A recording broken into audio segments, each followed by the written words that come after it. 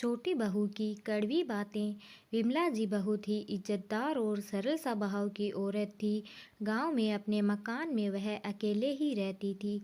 उनके बेटे बहू शहर में जाकर बस चुके थे, लेकिन उनका उस गांव को छोड़ने का मन नहीं होता था, इसलिए वह वहां अकेले ही रहती थी। पति की मृत्यु के बाद सबने उन्हें बहुत समझाया कि वह बेटे बहू के साथ शहर चलकर रहे, लेकिन उन्होंने किसी की एक न मानी। गांव में इतने साल रहने के बाद एक अजीब सा रिश्ता जो बन गया था उस गांव से। वह रोज मंदिर जाती थी। रोजाना की तरह एक दिन वह मंदिर जाकर आ रही थी तो संतुलन बिगड़ने की वजह से वह गिर पड़ी। गांव वालों ने उन्हें उठाया, पानी पिलाया और समझाया कि अब इस उम्र में अकेले रहना ठीक नहीं है। विमला जी के 3 बेटे थे और तीनों ही शहर में बसे हुए थे। उस रात विमला जी पूरी रात करवटें बदलती रही और उन्हें भी अब गांव वालों की बात समझ आ गई थी। उन्होंने परिस्थिति को स्वीकारते हुए यह फैसला किया कि वह शहर चली जाएगी और अपने बहू बेटे के साथ रहेगी।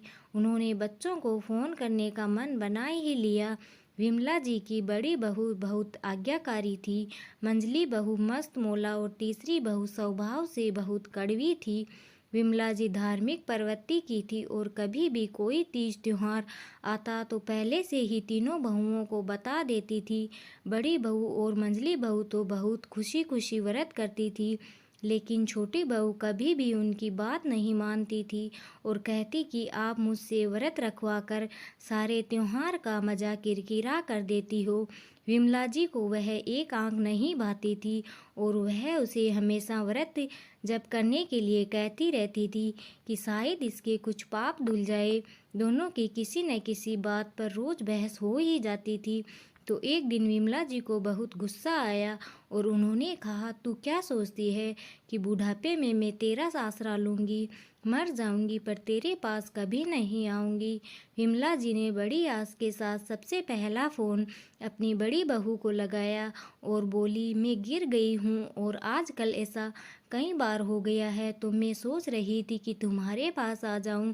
बड़ी बहू ने सुनते ही कहा, अभी नवरात्रे चल रहे हैं माँ जी, और मैं नवरात्रों में नंगे पाँव रहती हूँ और किसी का छुआ भी नहीं खाती, तो अभी नहीं। फिर विमला जी ने मंझली बहू को फ़ोन किया, लेकिन उसने भी कोई बहाना बनाकर टाल दिया।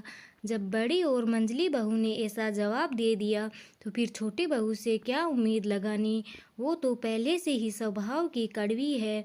ऐसा सोचकर विमला जी अपने आने वाले कठिन समय की कल्पना ही कर रही थी कि अचानक से फ़ोन की घंटी बजी। फ़ोन उठाते ही विमला जी समझ गई कि कड़वी बहू ही है। कड़वी बहू ने फ़ोन उठाते ही बोलना शुरू कर दिया, गिर गए ना, आपने तो बताया नहीं, लेकिन मैंने भी जासूस छोड़ रखे हैं। आज आपके पोते को भेज रही हूँ लेने के लिए, आ जाना, ज़्यादा नखरे मत दिखाना। विमला जी कड़वी बहू की बातें सुनकर हैरान थी और बोली, क्या तुझे मेरी कही बातें याद नहीं हैं? तू भूल गई कि मैंने तुझे कहा था कि मैं मर जाऊंगी पर तेरे पास नहीं आऊंगी?